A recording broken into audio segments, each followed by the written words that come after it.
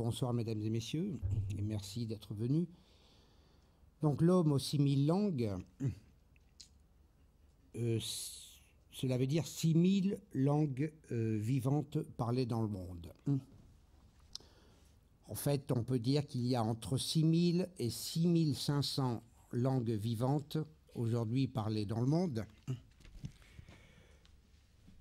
La Société d'été de linguistique, en 1993, Barbara Grimes, a même recensé 6528 langues en 1993. Ce qui ne veut pas dire grand-chose de compter les langues à une langue près, 6528, parce que d'une part, cela dépend des définitions que donnent les linguistes, et ils ne sont pas tous d'accord là-dessus, sur ce qu'est une langue par rapport à ce qu'est un dialecte, par exemple. Si vous incluez les dialectes dans le compte des langues, ça vous en fait aux alentours de 20 000. On n'est plus à 6 000 ou 6 500. Et ensuite, cela ne veut rien dire, parce que je vais revenir là-dessus dans un moment. Des langues meurent pratiquement tous les jours, et s'il y avait 6528 langues en 1995, il y en a certainement beaucoup moins aujourd'hui, et c'est toujours difficile de les comptabiliser donc une par une. Alors.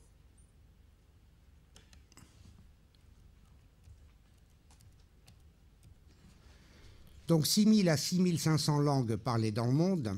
Et ce qu'il faut savoir tout de suite, c'est qu'entre 60% et 90% de ces langues vont disparaître avant la fin du siècle. Alors évidemment, ce sont des petites communautés qui parlent la grande majorité de ces langues, puisque 90% de ces 6000 langues sont parlées par 5% de la population mondiale, et qu'il y a seulement 600 langues qui sont parlés par plus de 100 000 locuteurs. À l'autre bout du spectre, vous en avez 600 qui sont parlés par moins de 150 locuteurs.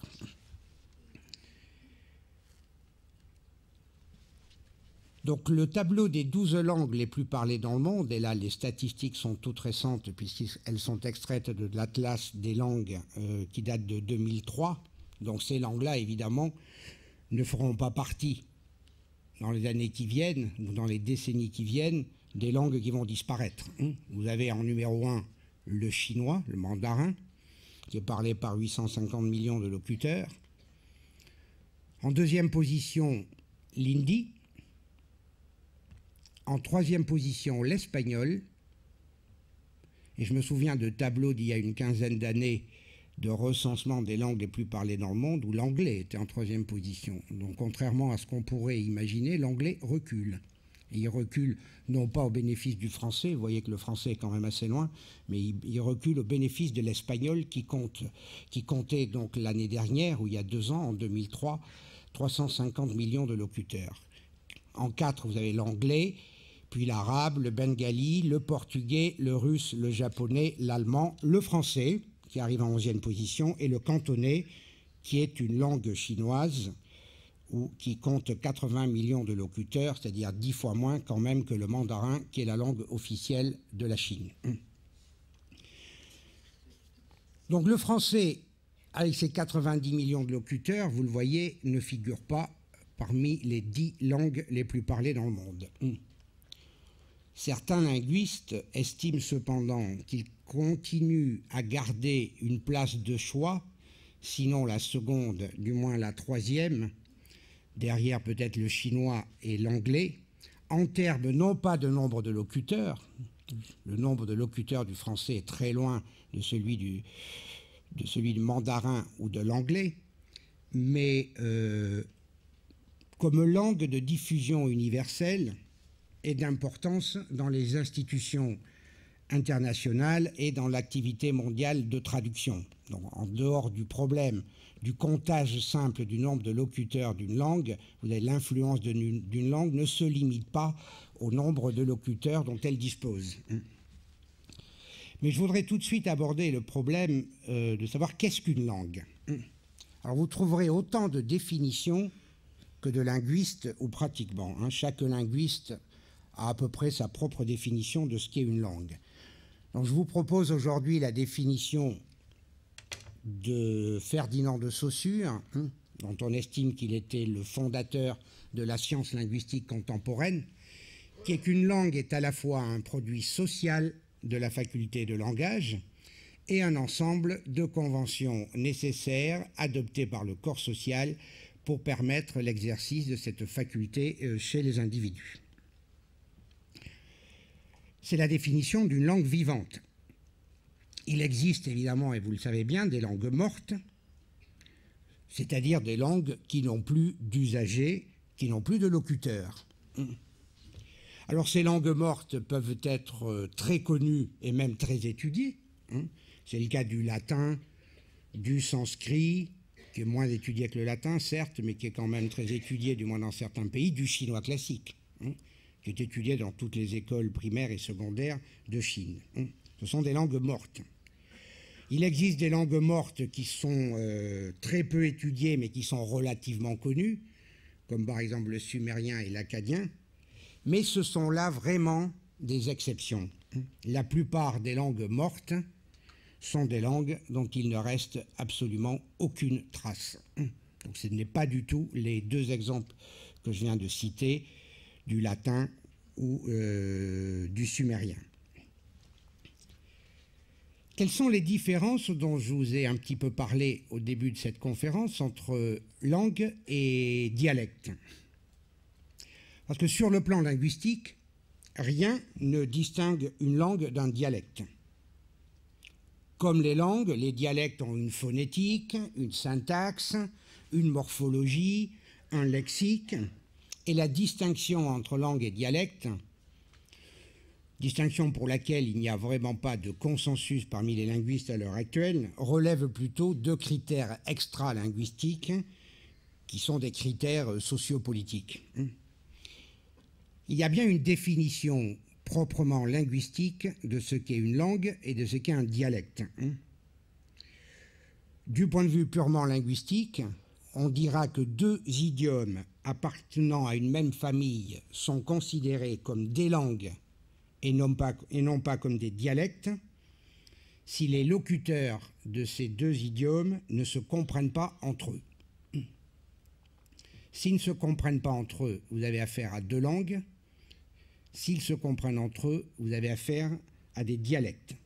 Alors, vous voyez tout de suite que ce critère, qui est lui un critère proprement linguistique, ce critère de compréhension mutuelle n'est pas toujours facile à mesurer. Prenez deux dialectes français, par exemple le provençal. Le provençal est un dialecte. L'occitan est une langue. Ainsi en ont décidé des linguistes. Donc vous prenez un dialecte de l'occitan qui est le provençal, un autre dialecte de l'occitan qui est le gascon. Vous prenez un provençal d'Aix-en-Provence ou des campagnes des alentours et un béarnais qui parle gascon.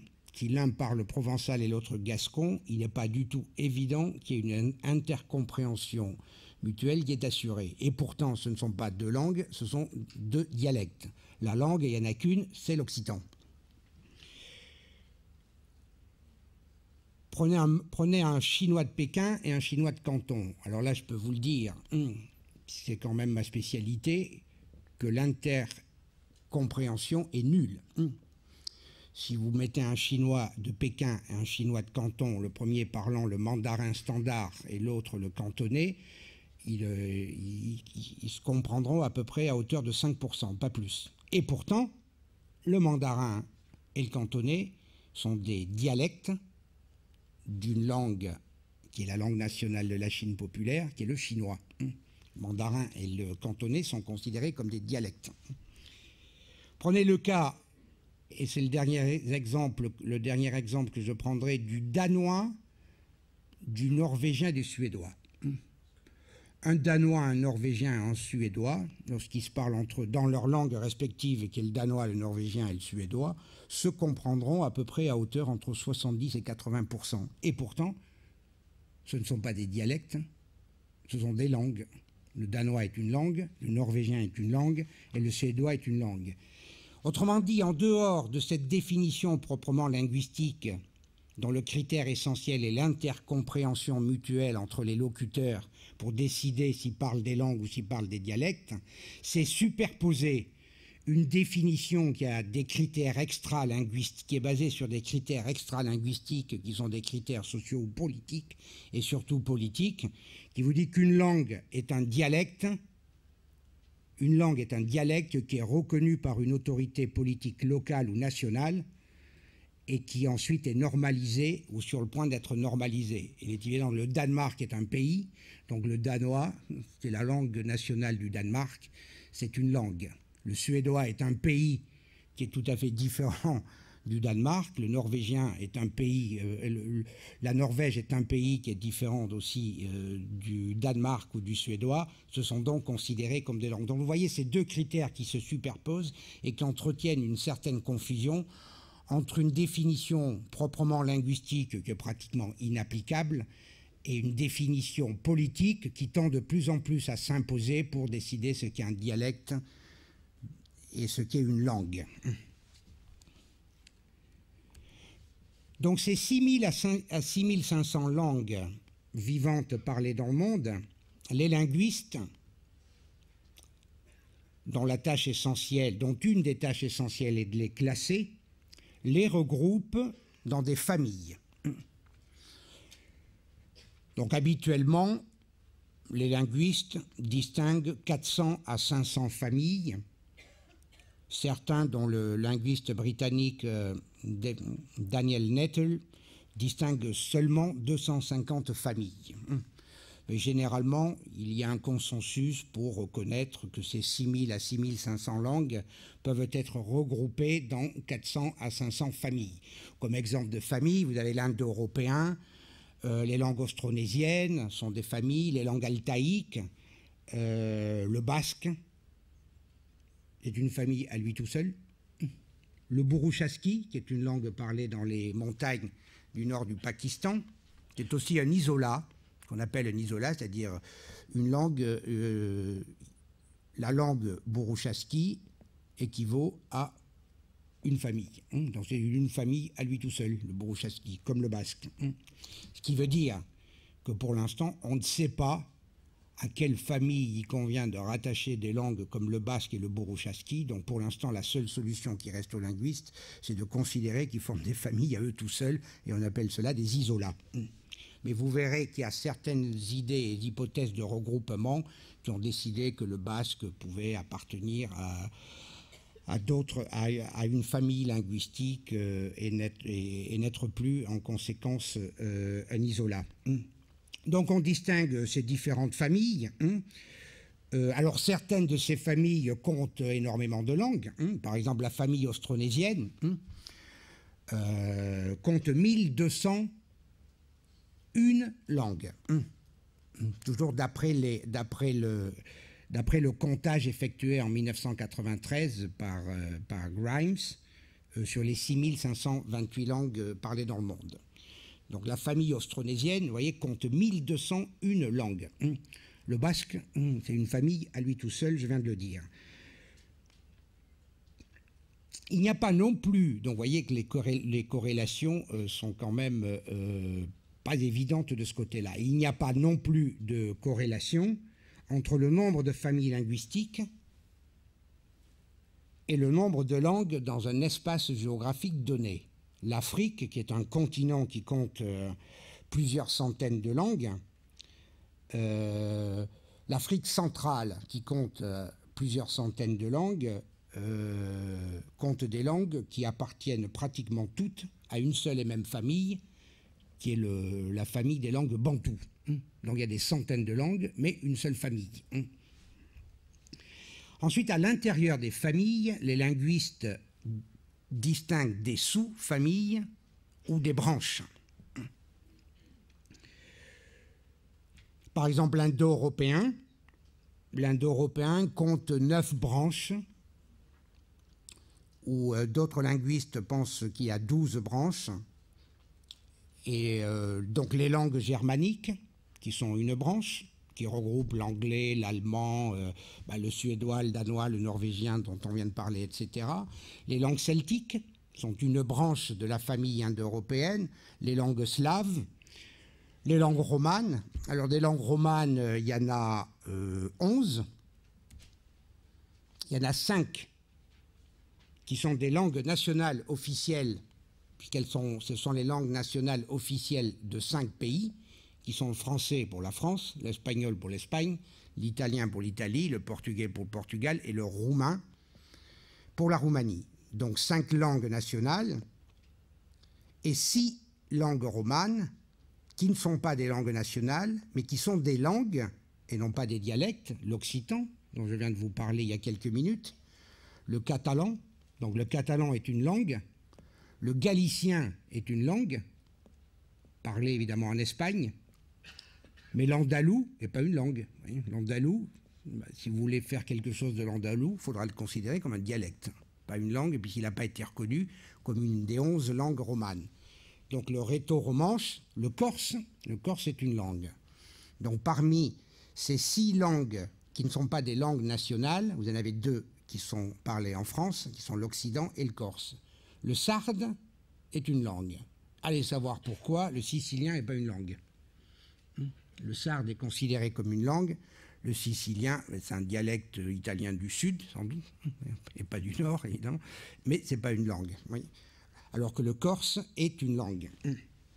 Donc voilà les 11 langues romanes. Mais ce que je voulais vous dire, c'est que l'Europe est relativement pauvre en langue, puisque l'Atlas Linguarum Europae, l'Atlas européen des langues, qui date de 2000 ou 2001, a recensé 88 langues réparties donc en 6 familles, dont l'indo-européen est une de ces 6 familles, et 17 branches, et ces 88 langues européennes sont parlées par 800 millions de locuteurs. Donc 800 millions de locuteurs parlent ces 88 langues, et quand je vous dis que l'Europe est pauvre en langue, c'est évidemment quand on compare par exemple avec la Papouasie-Nouvelle-Guinée. En Papouasie-Nouvelle-Guinée, vous avez plus de 850 langues, 862 langues, pour un territoire, la Papouasie-Nouvelle-Guinée, qui n'est pas plus grand que le Paraguay. L'État de Papouasie-Nouvelle-Guinée, donc, n'est pas plus grand que le Paraguay, et vous avez 862 langues. Donc vous voyez que l'Europe est relativement pauvre en langue, mais on le verra plus tard, évidemment, ces 88 langues parlées en Europe, compte parmi les langues les moins menacées de la planète, parce qu'elle compte un nombre de locuteurs quand même assez conséquent. Donc quand je vous parlais des 6 familles linguistiques en Europe, vous avez l'indo-européen qui est parlé par 95% de la population européenne et qui comprend 9 des 17 groupes ou des sous-familles qui sont attestées en Europe. Les autres familles, vous avez les langues ouraliques, sont une famille distincte de l'indo-européen en Europe. Ce sont les langues finno-ougriennes parlées en Finlande, Hongrie et le Sam. Les langues altaïques, vous avez quelques langues altaïques en Europe. La famille des langues altaïques, traditionnellement, elle est partagée entre 3 sous-familles ou 3 branches, qui sont les langues turques, les langues mandchoues ou tongouzes et les langues mongoles. Donc de ces sous-familles, il y a un certain nombre de langues turques qui sont évidemment parlées en Europe, le nord-caucasien, le basque, dont je vous redis que c'est un isolat. Vous avez aussi dans les familles de langues parlées en Europe, une famille qui est la famille des langues sémitiques, au moins pour le maltais, qui est parlé à Malte, et vous le savez bien, Malte fait partie de l'Europe. Alors, depuis une vingtaine d'années, ce qui est très intéressant, c'est que ces 400 à 500 familles, c'est beaucoup, même s'il s'agit de regrouper 6 000 à 6 500 langues.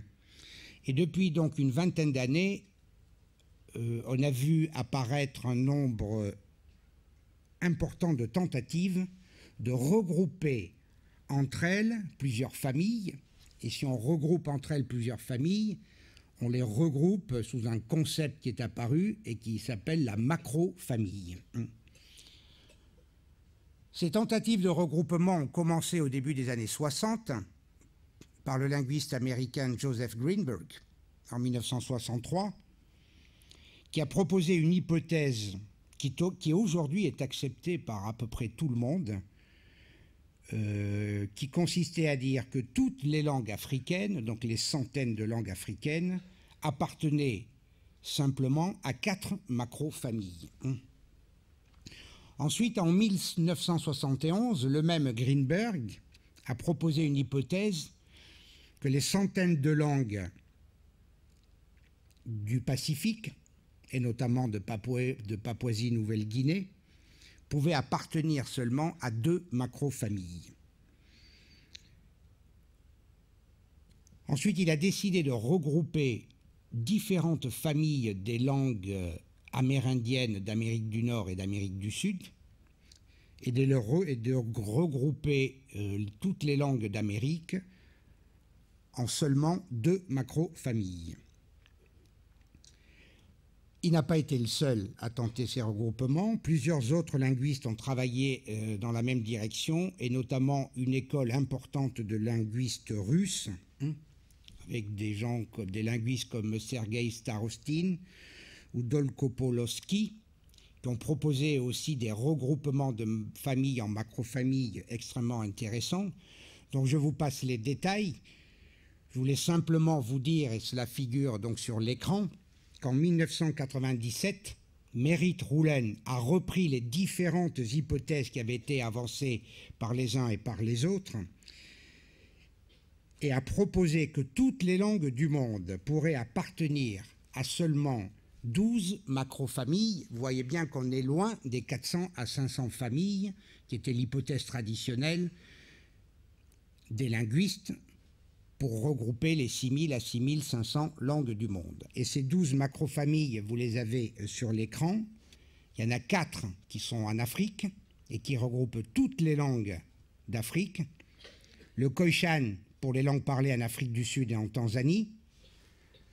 Le nigéro-kordofanien qui occupe une très vaste zone de l'Afrique subsaharienne qui est composée de 2 branches majeures, le kordofanien au sud du Soudan et le nigéro-congolais, c'est là où vous trouvez les centaines de langues bantoues dont je viens de vous parler, avec le zoulou, le swahili, le bundu et toutes ces langues-là. Le nilo-saharien, qui est un ensemble de langues parlées, mais elles dans le nord de l'Afrique centrale et en Afrique de l'Est, dont une famille nilotique. L'afro-asiatique, qui comprend donc les langues sémitiques, l'arabe et l'hébreu, mais aussi le tchadique, une langue comme le haoussa, le berbère, et l'omotique et le couchitique, par exemple le somali. Donc 4 macrofamilles en Afrique, 3 en Asie du Sud-Est et en Océanie. L'ostrique. Alors l'ostrique est une macrofamille très intéressante qui avait été proposée dès le début du XXe siècle par toute une série de linguistes qui travaillaient sur les langues d'Asie du Sud-Est et d'Asie orientale, puisque l'ostrique est une macrofamille qui regroupe à la fois toutes les langues austro-asiatiques, qu'on appelait autrefois les langues Mon Khmer, donc le cambodgien et le vietnamien sont des langues austro-asiatiques. Donc l'ostrique regroupe toutes les langues austro-asiatiques, les langues Hmong Mien, dont vous avez peut-être entendu parler sous le nom de Miao Yao, qui sont des langues parlées dans le sud de la Chine et au Vietnam. Le Tai Kadai, qui est un groupe de langues, une famille de langues en Thaïlande et au Laos. Le thaï et le laotien sont des langues Tai Kadai. Et l'austronésien, les fameuses 1201 langues austronésiennes dont je vous parlais, qui sont des langues parlées à Taïwan, en Malaisie, en Indonésie, aux Philippines. En Indonésie, vous avez 670 langues. C'est très intéressant, je fais juste ici une parenthèse, ces langues indonésiennes, pour des typologues dont le but essentiel est de classer les langues et de proposer ces familles, vous avez 1201 langues austronésiennes. Elles sont réparties en 10 sous-familles ou 10 branches. 9 branches sont situées à Taïwan et regroupent 26 langues. Le reste, c'est-à-dire 1201 moins 26, donc plus de 1100 langues, font partie simplement de la 10e branche qui regroupe les langues qui vont de Madagascar jusqu'à l'est de l'océan, à l'est du Pacifique. Vous voyez la situation aberrante, vous avez 1201 langues réparties dans 10 branches. On aurait pu penser que les 10 branches étaient reparties à peu près équitablement, mais pas du tout. Vous avez 9 branches à Taïwan, c'est quand même une petite île qui n'est pas plus grande que la Corse, et qui regroupe simplement 26 langues, et le reste, 1201 moins 26, ça va du Malgache jusqu'à l'est de l'Océanie. Cette parenthèse étant fermée, donc vous avez l'Austrique qui regroupe cet ensemble de langues, l'Indo-Pacifique, là, donc, qui a été proposé par Greenberg, qui sont les langues donc, de Papouasie-Nouvelle-Guinée, et l'australien qui regroupe environ 200 langues.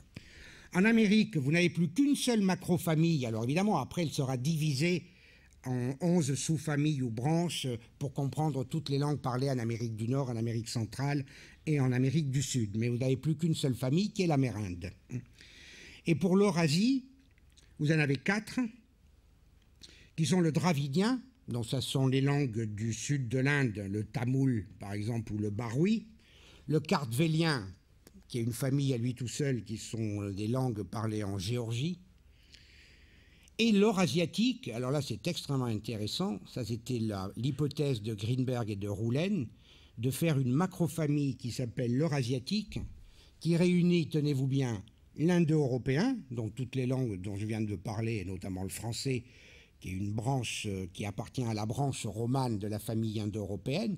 Donc à l'intérieur de l'eurasiatique, ils mettent tout l'indo-européen, l'ouralien, avec les langues finno-ougriennes, dont je vous ai aussi parlé, les langues altaïques, avec les 3 branches turques, mongoles et mandchoues.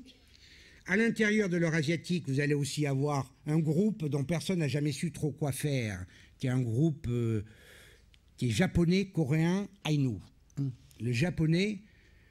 Bon, il y a bien une hypothèse qui consiste à dire que le japonais est une langue altaïque, hein, comme les langues turques, mongoles ou mandchoues, mais enfin tout le monde n'est pas d'accord avec cette hypothèse. Et bon, l'opinion la plus couramment admise à l'heure actuelle, c'est que les japonais, comme on ne sait pas trop quoi en faire, on l'a regroupé avec le coréen, qui est quand même assez lié au japonais, et on en avait fait une famille à part.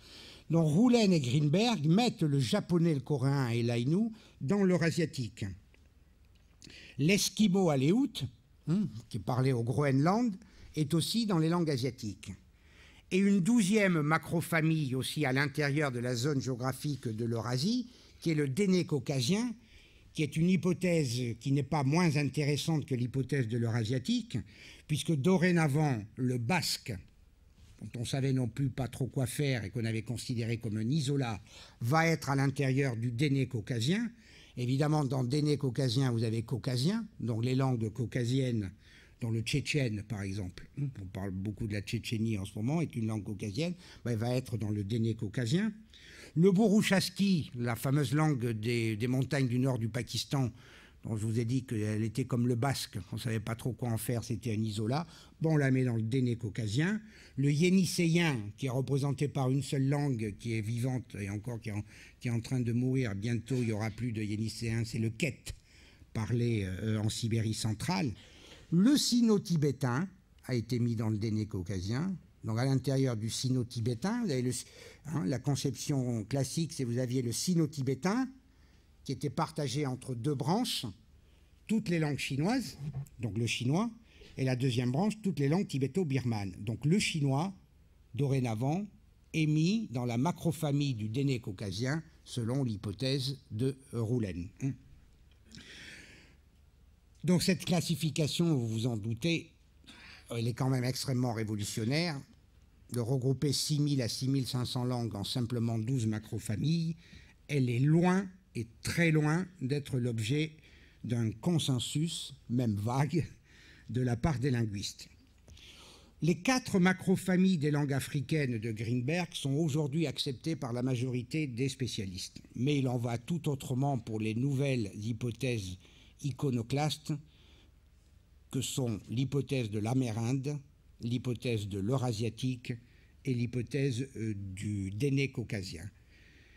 Je voulais vous dire simplement que malgré les polémiques et les absences de certitude, la conception qu'on appelle la conception des unificationnistes, à savoir l'école américaine de Greenberg et de Roulen, mais aussi l'école linguistique russe de Dolgopolsky et de Starostin, compte aujourd'hui paradoxalement de plus en plus d'adeptes, et certains, évidemment, suggèrent d'aller encore plus loin dans les regroupements des familles linguistiques. Par exemple, vous pouvez très bien avoir une hypothèse qui regrouperait l'amérinde et l'eurasiatique, l'hypothèse qui regrouperait l'austrique et le déné caucasien, et vous pouvez faire des hypothèses de regroupement de plus en plus fortes et remonter évidemment à la langue, à une proto-langue unique. Et à ce moment-là, vous avez discuté au cours des séances précédentes dans le cadre de ces conférences de l'origine de l'homme, s'il est admis qu'on ait un ancêtre commun, ce qu'on appelle du sigle TMRCA, ce qui veut dire The Most Recent Common Ancestor. Alors qu'on date aux alentours de 100 000 années avant Jésus-Christ, si on descend tous d'un ancêtre commun, bon, on peut considérer que toutes les langues pourraient aussi avoir une origine commune, donc une proto-langue unique. Alors le plus grand défi lancé aux linguistes et aux typologues reste évidemment l'organisation en sous-familles de cette famille linguistique, car pour l'instant, cette existence de macrofamilles et a fortiori d'une seule proto-langue qui serait unique est évidemment très loin d'être acceptée. Je voudrais, dans la deuxième partie de ma conférence aujourd'hui, revenir un petit peu aux causes et aux conséquences de cette diversité linguistique et surtout aux menaces sérieuses qui pèsent sur elle. Donc 6 000 à 6 500 langues, donc l'homme aux 6 000 langues. Admettons, et ce n'est qu'une hypothèse, mais admettons que toutes ces langues remontent à une langue ancestrale unique, une proto-langue. Comment est-on arrivé, à partir d'une seule langue, à avoir la situation d'aujourd'hui, qui est que nous avons entre 6 000 et 6 500 langues? Alors un linguiste australien, Bob Dixon, avançait que l'histoire de la diversité des langues, à un niveau macroscopique, a été ponctuée de périodes d'équilibre pendant lesquelles le nombre de langues était relativement constant ou alors en augmentation très notable, périodes d'équilibre donc entrecoupées de périodes qu'il appelle en anglais des périodes de punctuation, et que je traduirai en français par des périodes de rupture, si vous voulez, pendant lesquelles de nombreuses langues disparaissaient, alors que d'autres, des langues nouvelles apparaissaient, que d'autres langues naissaient. La difficulté avec un tel schéma, c'est évidemment de déterminer quelles ont été ces périodes d'équilibre et ces périodes de rupture. Alors je reprendrai volontiers aujourd'hui un scénario qui me paraît assez vraisemblable de Daniel Nettle, qui est un linguiste britannique, qui a écrit un ouvrage que je vous conseille en 2002, qui s'intitule d'ailleurs Linguistic Diversity, qui est paru aux éditions de Cambridge University Press, qui est un excellent ouvrage, dans lequel donc il propose un scénario qui serait le suivant. Vous avez une première période d'équilibre qui date du Paléolithique, c'est-à-dire une période qui aurait duré grosso modo pendant plus de 40 000 ans, entre à peu près moins 50 000 et moins 10 000. Donc à la fin, si vous voulez, du Paléolithique supérieur. Période au cours de laquelle nos ancêtres, les hominidés du Paléolithique supérieur, étaient, ça on le sait très bien, des peuples de chasseurs-cueilleurs qui ont peuplé le monde à partir d'un foyer commun qui était l'Afrique. Hein. C'est la fameuse hypothèse out of Africa, donc on descend tous d'un ancêtre commun qui était africain. Hein. Donc cette première période d'équilibre paléolithique supérieure, disons de moins 50 000 à moins 10 000, hein, période au cours de laquelle les hominidés chasseurs-cueilleurs ont peuplé le monde à partir de l'Afrique. Ils sont arrivés en Australie aux alentours de moins 50 000, dans les Amériques beaucoup plus tard, puisqu'ils ont dû traverser le détroit de Bering, hein, au moment des glaciations, entre moins 20 000 et moins 10 000 approximativement.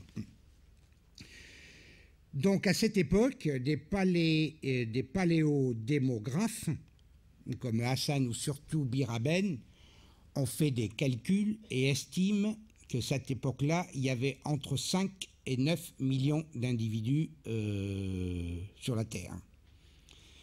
À partir de là, les spécialistes informatiques qui font des projections à partir de modèles extrêmement sophistiqués, je ne vous montrerai pas, ont décidé que s'il y avait entre 5 et 9 millions d'individus peuplant la Terre, il devait y avoir pas moins de 1667, vous voyez le chiffre est précis, langues, à partir de modèles vraiment de simulation informatique. Et après, si vous essayez de raffiner ce chiffre, bon, vous ne pouvez pas le raffiner dans sa limite inférieure, il y avait plus de 1667 langues. La limite supérieure, elle est plus vague. Elle n'est pas définissable avec des modèles informatiques, donc disons entre 1667 et 3000 à 4000 langues. Voilà les estimations qu'on peut avoir pour cette première période d'équilibre. Ensuite, il y a eu une première période de rupture, qui est le début du néolithique, évidemment, avec la naissance des sociétés d'agriculture et d'élevage. Donc l'archéologue britannique Lord Colin Renfrew viendra faire une conférence dans 15 jours, je crois, ou dans 3 semaines,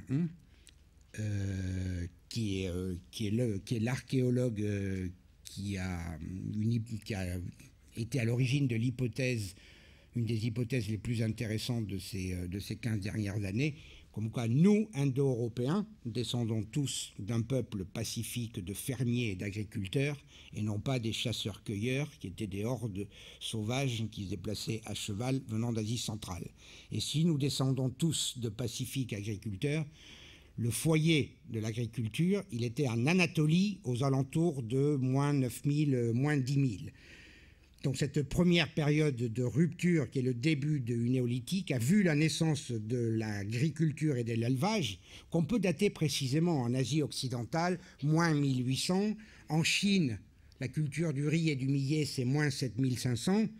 Et ensuite, il y a eu une expansion extrêmement rapide de ces sociétés agricoles, sauf en Australie et en Nouvelle-Zélande, où les peuples sont restés des peuples de chasseurs-cueilleurs.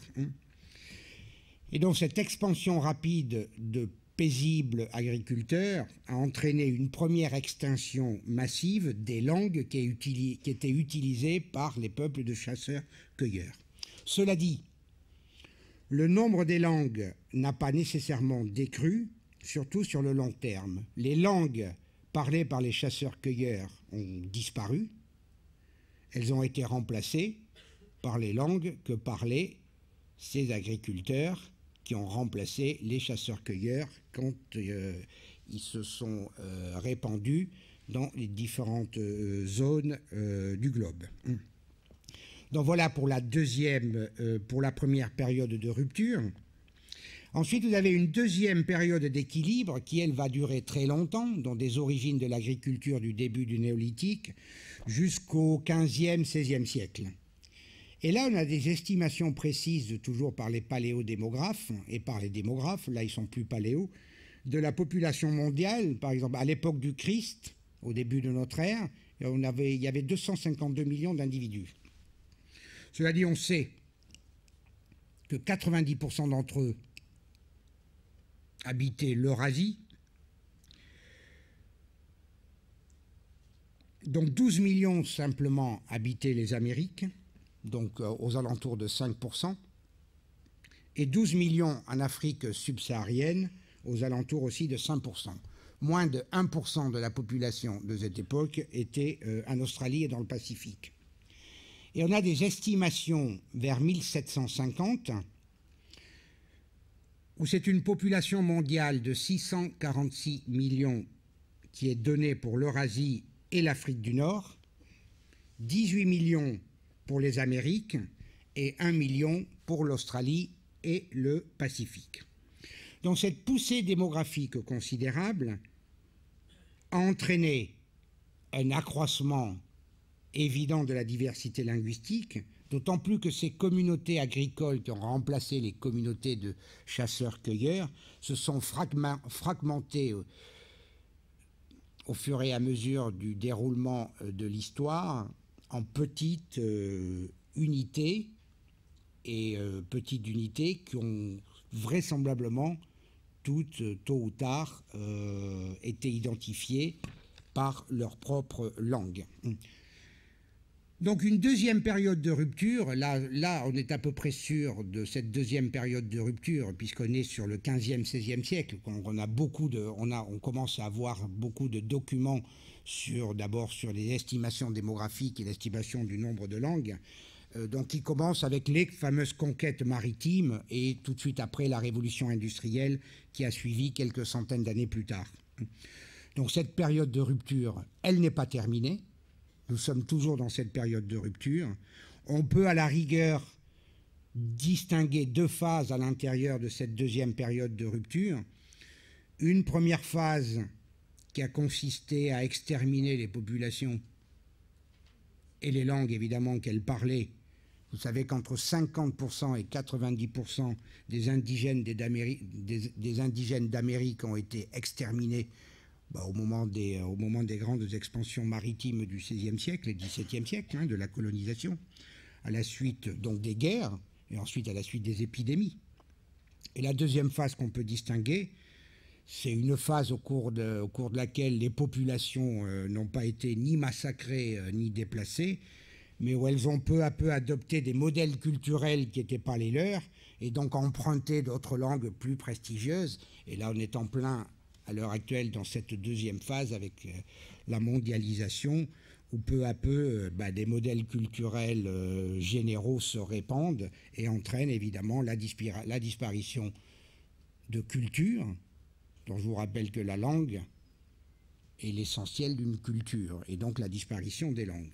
Donc on admet généralement, si vous voulez bien, que le nombre de langues n'a cessé de croître jusqu'au XVIe siècle, et qu'ensuite a commencé le déclin. Des langues ont commencé à mourir et à disparaître à partir du XVIe siècle. Donc a commencé le déclin et la disparition de dizaines, voire de centaines de langues, qui a été liée à l'expansion et à la domination européenne. Pour vous donner un seul chiffre, on sait, et là de manière à peu près sûre, que 700 langues étaient parlées en Amérique du Nord au XVIe siècle. En 1962, il n'y en avait plus que 213, selon les estimations du linguiste américain Wallace Chafe, et aujourd'hui, il y en a certainement un peu plus d'une centaine, pas plus. Ça, ce sont les chiffres de 1962. Donc, quels sont ces mécanismes dont je vous ai dit quelques mots jusqu'à maintenant, mais ces mécanismes précis qui entraînent la mort des langues? Donc les langues, elles disparaissent par des processus de transformation, de substitution ou d'extinction. Alors évidemment, le processus d'extinction est le plus important et certainement le plus inquiétant. Parce que si une langue sur le point de mourir donne naissance, avant de disparaître, à d'autres langues ou est remplacée par une seule nouvelle langue, il y a moins de raisons d'être inquiet. Je prendrai comme exemple le latin vulgaire, et non pas le latin littéraire. Mais le latin vulgaire qui a donné naissance, qui est devenu une langue morte, mais qui a donné naissance à la dizaine de langues, aux 11 langues romanes dont je vous parlais tout à l'heure, le sanskrit bouddhique ou le prakrit, qui a engendré bien des langues qui sont encore parlées aujourd'hui dans l'Inde du Nord, ou des créoles qui naissent régulièrement à partir de pidgin, hein, ça c'est un cas de substitution. Il n'y a pas de raison de s'inquiéter. Vous avez une langue morte qui disparaît. Si elle donne naissance à 11 langues romanes, comme le latin, bon, c'est pas ce qui va diminuer le nombre de langues parlées dans le monde. Pour les créoles, qui sont pratiquement les seules langues aujourd'hui qui continuent à naître à peu près régulièrement, un créole naît à partir d'un pidgin. Juste pour vous donner quelques informations, quelques précisions sur les différences entre le créole et le pidgin, c'est qu'un créole est un idiome qui est devenu, pour des raisons d'ordre historique ou socioculturel, la langue maternelle d'une communauté.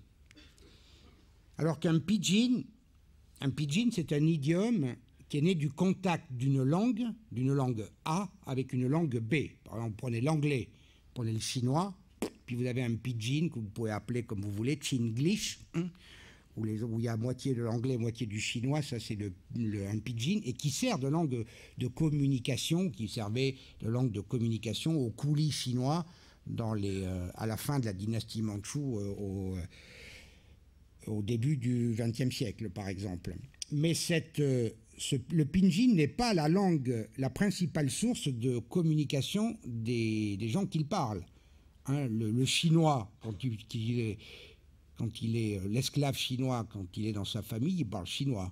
S'il veut parler à son maître qui est anglais, ben, il parlera pidgin, quelque chose entre le chinois et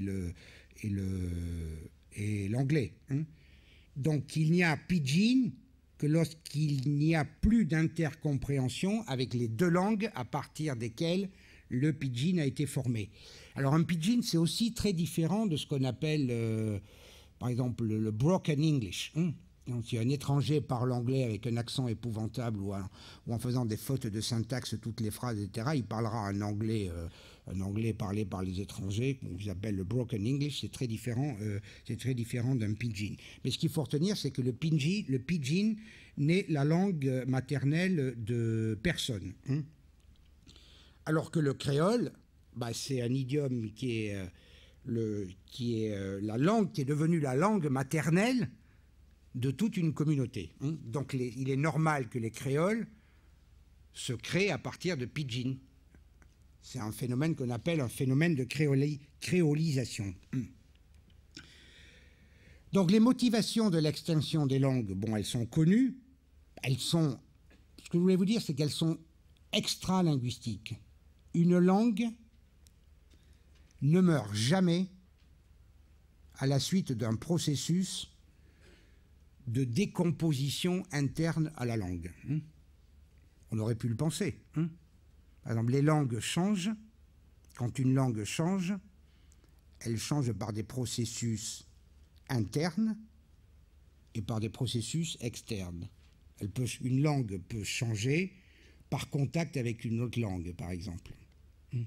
Mais une langue peut aussi changer par un processus interne, un processus de grammaticalisation, par exemple. Vous prenez un verbe, vous en faites une préposition, la langue a changé. Vous avez une langue qui a l'ordre des mots sujet, verbe, objet. Et puis cette langue devient une langue où l'ordre des mots a changé, il devient sujet, objet, verbe. Ce sont des phénomènes connus. Comment cette langue a-t-elle changé? C'est que vous aviez sujet, verbe, objet, verbe. C'était des langues à deux verbes. Le premier verbe s'est grammaticalisé et est devenu un simple marqueur, a été supprimé, et ça vous a donné l'ordre sujet, objet, verbe. Je ne veux pas rentrer dans les détails, mais c'est le cas du changement d'ordre des mots d'une langue comme le chinois. Alors évidemment, en français, c'est beaucoup plus compliqué, et ce processus n'est pas valable pour le français. Vous savez qu'en français, vous avez l'ordre sujet, verbe, objet. Quand l'objet est un nom, il mange la pomme. Si l'objet est un pronom, vous avez l'ordre inverse. Vous ne pouvez pas dire « il mange là ». Vous avez « il la mange ». Donc vous avez l'ordre sujet, verbe, objet quand l'objet est un nom, et l'ordre sujet, objet, verbe quand l'objet est un pronom. Et contrairement à ce qu'on croit, les spécialistes de français du Moyen-Âge, vous aviez beaucoup plus d'ordre où l'objet est préverbal qu'en français contemporain, vous avez pratiquement plus que les pronoms qui sont préverbaux. Dorénavant, les objets sont surtout post-verbaux. Ben, ce phénomène d'avoir deux verbes dans la phrase dont le premier verbe se grammaticalise, devient un simple marqueur fonctionnel et ensuite disparaît, ce processus n'est pas valable pour expliquer le changement d'ordre des mots en diachronie pour le français. Donc, je reviens à mon idée. Donc, ce que je voulais vous dire, c'est qu'une langue ne meurt jamais par décomposition interne. Il y a eu une époque où les linguistes parlaient de langue aboutie et de langue primitive. Il est évident qu'il n'y a pas de langue primitive. Vous prenez une langue comme le chinois, vous n'avez pas de morphologie. Les verbes ne se conjuguent pas en chinois. Il n'y a pas de singulier, il n'y a pas de pluriel. Donc quand vous avez une phrase en chinois, l'homme mange la pomme, ça veut dire l'homme mange la pomme, ça veut dire l'homme mangeait la pomme, ça peut vouloir dire l'homme mangera la pomme, puisque vous n'avez pas de conjugaison sur les verbes. Quand vous n'avez pas de singulier de pluriel, ça veut dire les hommes ont mangé la pomme ou les hommes ont mangé les pommes. Quand vous n'avez pas de distinction entre l'article défini et l'article indéfini, ça peut vouloir dire les hommes ont mangé des pommes, les hommes ont mangé une pomme, un homme a mangé des pommes. Vous avez toutes les interprétations possibles. Vous avez votre phrase en chinois. Si vous êtes traducteur, ben vous pouvez traduire parce que vous voulez. Vous traduisez en fonction du contexte. C'est pas parce qu'une langue n'a pas de morphologie. Alors le chinois, pourquoi je vous prends cet exemple ? Pas parce que je suis spécialiste de chinois, mais parce que c'est un cas, les linguistes du IIe siècle disaient le chinois est une langue primitive, il n'y a pas de morphologie, il n'y a pas de singulier, il n'y a pas de pluriel, il n'y a pas d'article, on ne conjugue pas les verbes. Bon, c'est pas pour ça que le chinois est une langue plus primitive qu'une autre. Le chinois a d'autres est une langue beaucoup plus complexe qu'une langue indo-européenne comme le français, à bien des égards. Si vous dites un chat, en français, vous pouvez dire un chat, un chat, un chat, un chat, ce sera toujours un chat. Si en chinois vous dites ma, ma, ma, ma, ben ce sera 4 mots différents. Ma, ça veut dire maman, ma, c'est le chanvre, ma, c'est cheval, et ma, ça veut dire injurier. Et tous les sons sont sur ce modèle. Donc vous voyez la complexité phonétique, c'est une langue à ton, comme vous savez, par rapport au français qui n'est pas une langue à ton, où vous pouvez dire chat avec l'intonation que vous voulez, que ce soit un ton haut, un ton plat, un ton descendant ou un ton rentrant, ce sera toujours un chat. Si vous vous trompez de ton quand vous prononcez une syllabe comme ma en chinois, ben, ça voudra dire un mot complètement différent. Entre un article et un nom en chinois, vous avez nécessairement un élément qui s'appelle un classificateur. Vous ne pouvez pas dire une montre. Vous êtes obligé de dire une quelque chose montre. En français, c'est simple. Entre l'article ou entre un numéral et un nom, vous n'avez besoin de rien du tout. Vous avez besoin d'un classificateur en français quand vous avez des noms de masse. Vous ne pouvez pas dire un, une eau. Encore que si vous allez dans un café, vous pouvez dire garçon, amenez-moi une eau minérale. Vous êtes obligé de dire une bouteille d'eau ou un verre d'eau. Donc des mots comme bouteille, verre sont des classificateurs. Eh bien en chinois, c'est le cas pour tous les noms. Que ce soit une table, une chaise, une montre, un micro, vous êtes obligé d'avoir un classificateur entre un numéral et un nom. Vous voyez que c'est plus complexe que nos langues indo-européennes, une langue comme le français. Donc d'un côté, vous pouvez dire que le chinois est une langue beaucoup plus simple, puisqu'il n'y a pas de conjugaison, pas de morphologie, mais d'un autre côté, bon, c'est une langue plus complexe si vous utilisez d'autres critères. Tout cela pour vous dire que cette notion des langues primitives est une notion, évidemment, que les linguistes ont rejetée depuis bien longtemps. Les langues des Indiens d'Amérique du Nord sont des langues extrêmement complexes du point de vue morphologique. Pas des langues, c'est pas des langues primitives. Donc, une langue ne meurt jamais à la suite d'un processus de décomposition interne qui aurait pu être qu'une langue se simplifie, puis elle se simplifie tellement qu'elle devient déliquescence et qu'elle est amenée à disparaître, puisqu'elle n'est plus capable d'exprimer ce pourquoi elle a été créée. Donc les motivations de l'extinction des langues sont évidemment, vous l'avez compris, d'ordre politique, culturel, et dans certains cas liées à des catastrophes naturelles. Comme catastrophe naturelle, Claude Agege, qui viendra vous faire une conférence dans quelques semaines et qui a écrit un très bel ouvrage qui s'intitule « Halte à la mort des langues », cite le cas de l'élimination de toute la population de Tamboara et donc des langues que parlait cette population en 1815, à la suite de l'éruption volcanique qui avait frappé l'île de Sumbawa, qui est une des îles de la Sonde située dans l'archipel insulaire indien entre Java et Timor. Toute la population a disparu, et avec la population qui a disparu, toutes les langues que parlaient ces populations ont évidemment disparu. C'est un cas d'une catastrophe naturelle qui entraîne une extinction d'une dizaine de langues. Il n'est pas impossible, vous savez, mais bon, il est encore trop tôt pour dresser un bilan proprement linguistique des conséquences du tsunami qui a frappé l'Asie du Sud-Est le mois dernier, mais il n'est pas impossible que les langues que parlaient les quelques centaines seulement, puisqu'il n'y en avait que quelques centaines des indigènes qui peuplaient les îles Andaman, ont aussi disparu avec les populations. Donc il est trop tôt pour le dire, mais ce ne serait pas impossible qu'une dizaine de langues aient disparu à la suite de cette catastrophe naturelle qui est le tsunami du mois dernier. Une autre cause de disparition, c'est évidemment les épidémies de variole et de syphilis qui ont décimé les populations aborigènes d'Australie et qui ont fait disparaître toutes les langues qu'elles parlaient. On estime que la variole a décimé plus d'un tiers des aborigènes australiens au XIXe siècle. Alors, comme cause politique, donc, il y a l'extermination de populations qui entraîne de facto la disparition des langues qu'elles parlent. Bon, heureusement, ces cas ne sont pas très fréquents.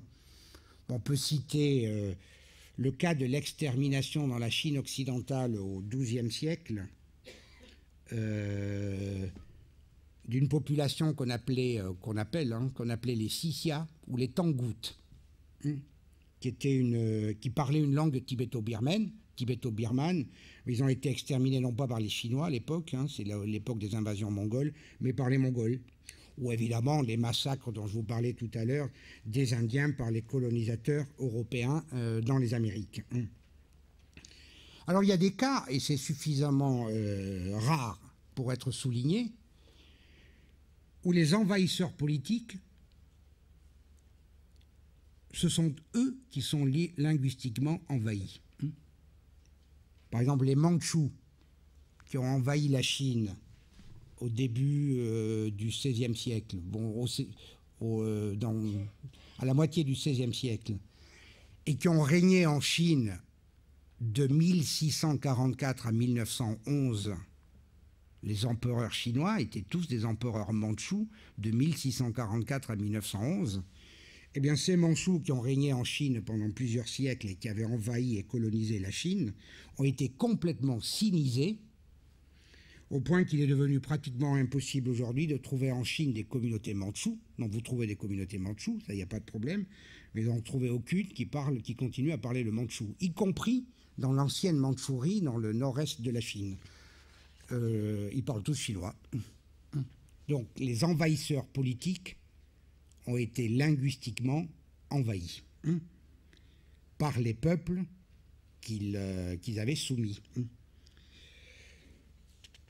Les catastrophes naturelles et les guerres ou les exterminations, finalement, sont des causes quand même mineures par rapport à la motivation essentielle de la disparition des langues, qui sont tout simplement que les langues disparaissent quand elles n'ont plus de locuteurs de naissance. Vous avez des petites communautés, on connaît des langues qui sont parlées par 400 personnes, c'est tout. Donc il faut vite se dépêcher d'aller les décrire, d'aller les étudier, sinon on est pratiquement sûr qu'elles vont disparaître dans les années qui viennent. Alors quand je dis que la linguistique proprement dite n'a rien à voir avec la disparition des langues, peut-être que l'affirmation doit être nuancée, parce qu'il est un fait quand même qui doit être pris en considération, qui est une langue, et vous imaginez volontiers que ce doit être le cas, hein, une langue qui a une écriture résiste beaucoup plus évidemment à la disparition qu'une langue sans écriture. C'est là une remarque générale. Il y a aussi des exceptions. Par exemple, le cas que je viens de vous citer de la langue Xia en Chine occidentale qui a disparu au XIIe siècle, hein, les Tangout, ils avaient une écriture qui était leur propre écriture. Ça ne les a pas empêchés de disparaître. Mais enfin, ces cas sont quand même des cas marginaux. En principe, une langue qui a une écriture, qui dispose d'une écriture, disparaît assez difficilement. Donc voilà, quelles sont ces langues en danger? Bon, certainement pas la centaine de langues qui sont les langues officielles des États-nations. On recensait officiellement 84 langues parlées dans 84 États-nations. Ce recensement date juste avant l'éclatement de l'ex-Union soviétique. Donc maintenant, comme l'ex-Union soviétique a donné naissance à toute une série de pays indépendants, ça doit être aux alentours d'une centaine de langues qui sont parlées dans des États-nations. Donc ceux-là, bon, elles sont certainement pas menacées, du moins pour l'instant. Hein. Donc où sont parlées ces langues en danger? Quelques exceptions près, qui sont évidemment les États-Unis, l'Australie et la Russie. Vous avez pas mal de langues en danger. Ces langues sont concentrées dans les régions du monde les moins développées, et notamment dans 22 pays qui ont été identifiés par le linguiste Krauss dans les années 90, puisque 83% des langues sont parlées dans ces 22 pays. Donc ces langues-là sont en danger. 9 d'entre eux ont plus de 200 langues. Vous les avez sur l'écran. La Papouasie-Nouvelle-Guinée, dont je vous l'ai dit tout à l'heure, 850, en fait 862, si vous voulez reprendre le chiffre exact de Grimes. Indonésie, 600, dont vous l'avez sur l'écran, Nigeria, Inde, Cameroun, Mexique, République démocratique du Congo, Australie, Brésil.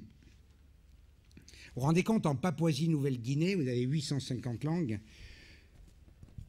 On a pu faire des calculs. S'il y avait aux États-Unis la même proportion de langues par rapport à la taille de la population qu'en Nouvelle-Guinée, vous auriez 60 000 langues parlées aux États-Unis. En Chine, si vous aviez la même proportion, vous auriez 300 000 langues. Parce que je vous le disais tout à l'heure, la Papouasie-Nouvelle-Guinée a à peu près la même superficie que le Paraguay et à peu près le même nombre d'habitants, qui tourne autour de 4 millions d'habitants. C'est-à-dire qu'il y a plus de 850 langues en Papouasie-Nouvelle-Guinée et il y en a moins de 20 au Paraguay. Donc vous voyez. Hein. Et les 13 autres pays sur ces 22 pays, dont un, là vous aviez les 9 pays qui ont plus de 200 langues, et là vous avez les 13 autres pays qui ont entre 100 et 200 langues.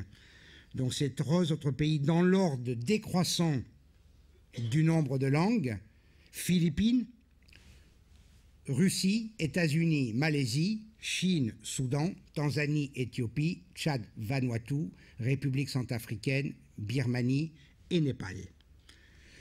Plusieurs centaines de langues, donc, sont en train de mourir, et des familles entières, puisque voire même des macrofamilles. Hein. Une macrofamille comme la première, si vous vous souvenez bien, la macrofamille Khoisan, est menacée de disparition. Bon, en Afrique, plus de 200 langues. En Indonésie, près de 200 langues aussi, qui ont moins de 200 locuteurs. Donc, Australie, Papouasie, Nouvelle-Guinée, etc. Et l'évaluation des taux de disparition des 2500 langues immédiatement en danger avait été calculée lors de la conférence de Nairobi en février 2001 du Programme des Nations Unies pour l'environnement. Vous l'avez sur l'écran. 32% des langues, de ces 2500 langues qui sont immédiatement en danger, donc qui vont disparaître, sont en Asie, 30% en Afrique, 19% dans le Pacifique, 15% en Amérique et 3% seulement en Europe, ce qui se comprend aisément. On a calculé que si la taille minimum requise pour qu'une langue ne soit pas immédiatement menacée est l'existence de 10 000 locuteurs, vous aurez 59,4% des langues qui vont disparaître très prochainement. Si la taille minimum requise pour qu'une langue ne soit pas immédiatement menacée est l'existence de 100 000 locuteurs, vous en aurez 83,8% des langues vont disparaître. Et si une langue est estimée être en danger, si elle a moins de 1 million de locuteurs, vous aurez 95,2% des langues qui vont disparaître. C'est l'estimation la plus pessimiste qui explique ce que je vous disais au début de la conférence, qu'entre 60 et 90% des langues vont disparaître d'ici la fin du siècle. Voilà, donc en conclusion, vous allez me dire, mais pourquoi s'alarmer de la disparition des langues en sachant très bien que toutes les tentatives de sauver ces langues menacées comme moyen de communication probablement ne réussiront à en sauver qu'une petite partie. Pourquoi s'alarmer? Parce que la valeur scientifique qu'apportent les données de ces langues qui sont en train de disparaître est considérable, évidemment, pour les linguistes. Les langues qui sont menacées ont beaucoup apporté à notre conception de la linguistique théorique générale, et notamment à la syntaxe. Je ne vous prendrai qu'un seul exemple, mais je pourrais vous en donner des dizaines. Le Walpiri, qui est une langue parlée au centre de l'Australie, qui est une langue menacée. Elle a été décrite. Et dans cette langue, les mots ne sont pas réunis en groupes. Vous n'avez pas des groupes nominaux, des groupes verbaux, des groupes prépositionnels, comme dans toutes les langues du monde. Et la structure de la phrase est extrêmement curieuse. Elle est plate, non hiérarchique, ou ce que les linguistes appellent en ce moment des structures non configurationnelles. Mais si cette langue n'avait pas été décrite, on ne saurait pas qu'il existe des langues non configurationnelles, tout simplement. On sait autrefois qu'une langue a été parlée en Corée du Sud, qui n'était pas le coréen et qui n'était pas le japonais. On le sait, mais on ignore complètement tout de cette langue. Si on connaissait cette langue, qui a complètement disparu et dont on ne sait rien, sans doute une troisième langue, ni japonais ni coréen, on pourrait peut-être éclaircir le problème que je vous évoquais tout à l'heure. Qu'est-ce que le japonais, qu'est-ce que le coréen? Est-ce qu'ils font partie de la famille des langues altaïques? Est-ce qu'ils doivent être mis à part? On ne sait pas à quoi les rattacher. Si on connaissait cette langue qui a disparu et qui était la troisième langue parlée en Corée à l'époque, au XVIe, au XVIIe siècle, peut-être qu'on aurait une réponse à cette question. Est-ce que le coréen et le japonais sont vraiment des langues altaïques? Bref, je vais passer sur les dizaines d'exemples qu'on peut citer de l'intérêt de ces langues qui sont menacées. Donc, vous direz, que faire? Que peut-on faire face à une telle situation pour maintenir vivantes ces langues en question?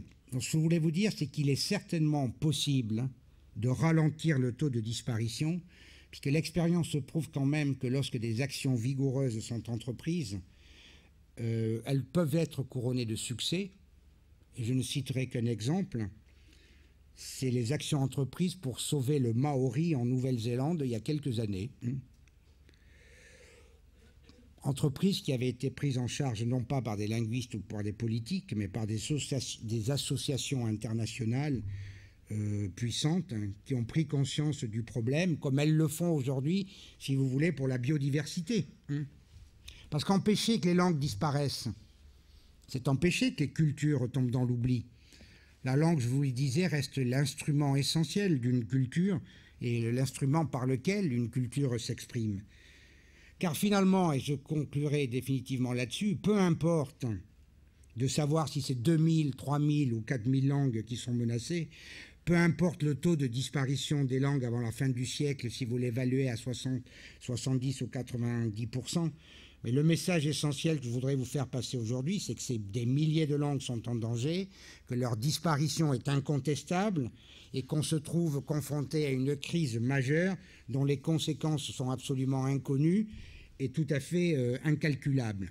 Et la situation est certainement plus grave que pour les espèces animales et la catégorie des mammifères qui est peut-être la plus menacée.